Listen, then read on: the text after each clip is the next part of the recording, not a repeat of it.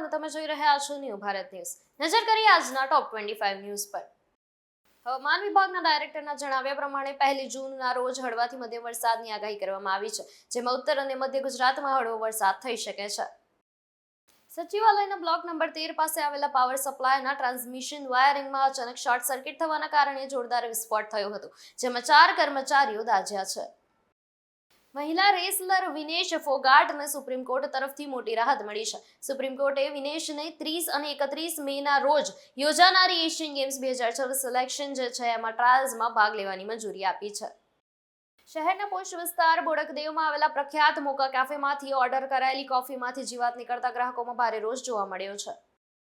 યુદ્ધના લીધે international passengers ઘટ્યા છે, ત્યારે સુરત ઇન્ટરનેશનલ એરપોર્ટ પરથી વિદેશ યાત્રા કરનારા મુસાફરોની સંખ્યામાં એપ્રિલ મહિના દરમિયાન અભૂતપૂર્વ ઘટાડો નોંધાયો.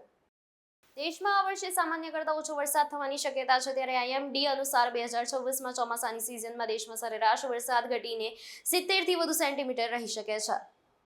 પુણેમાં ઝેરી દારૂ પીવાથી 15 લોકોના મૃત્યુ નિપજ્યા છે, ત્યારે CM ફડણવીસે તપાસના આદેશ આપ્યા છે અને અત્યાર સુધીમાં 8 લોકોની અટકાયત કરવામાં આવી.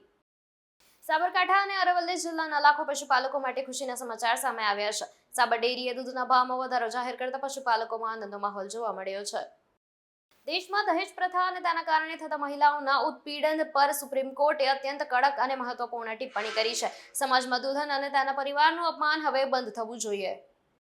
સુપ્રીમ કોર્ટે તમામ હાઈકોર્ટને આદેશ કર્યો છે કે કોઈ પણ કેસ અંતર્ગત સુનાવણી પૂર્ણ થયાના 3 મહિનામાં ચુકાદો સંભળાવવો અનિવાર્ય બનશે. રિઝર્વ બેંક ઓફ ઇન્ડિયા ભારતમાં ફરી એકવાર પ્લાસ્ટિક એટલે કે પોલિમર બેંક નોટ્સ લોન્ચ કરવાની યોજના પર કામ કરી રહી છે. ટૂંક સમયમાં જ તેનો પાયલોટ પ્રોજેક્ટ શરૂ થઈ શકે છે. IPL 2024ના ક્વોલિફાયર 2માં ગુજરાત ટાઇટન્સ અને રાજસ્થાન રોયલ્સ આમને સામને ટકરાશે. આ મેચ જીતનારી ટીમને ફાઇનલની ટિકિટ મળશે.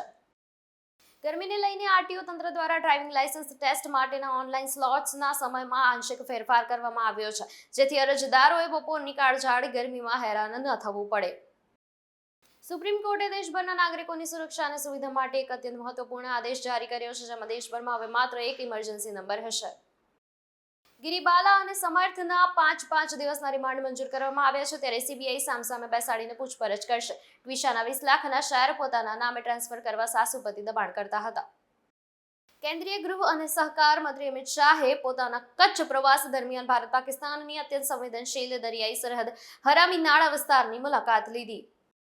કોંગ્રેસ નેતા અને લોકસભાના વિપક્ષ નેતા રાહુલ ગાંધીએ દિલ્હીમાં ઓટો ડ્રાઈવરો સાથે મુલાકાત કરીને તેમની મુશ્કેલીઓ જાણી.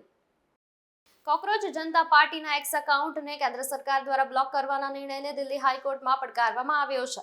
હાઈકોર્ટે હાલ તરત જ આ એકાઉન્ટ ચાલુ કરવાનો વચગાળાનો આદેશ આપવાનો ઇનકાર કર્યો. સમાજવાદી પાર્ટીના નેતા આઝમ ખાનના પુત્ર અબ્દુલ્લા આઝમ ખાનને ડ્યુઅલ પાસપોર્ટ કેસમાં રાહત મળી છે, ત્યારે કોર્ટે જાહેર કર્યા નિર્દોષ.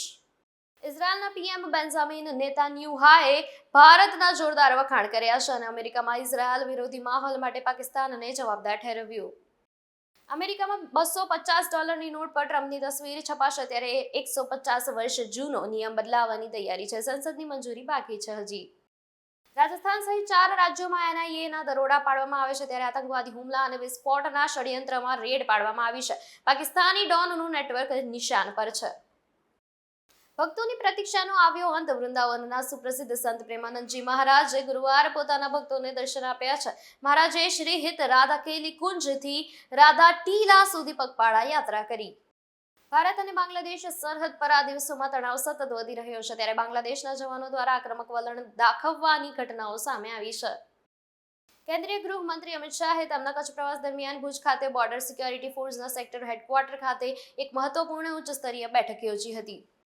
ટોપ 25 ન્યૂઝમાં હાલ માટે બસ આટલું જ. વધુ સમાચાર જોવા માટે જોડાયેલા રહો ન્યૂ ભારત ન્યૂઝ સાથે. નમસ્કાર.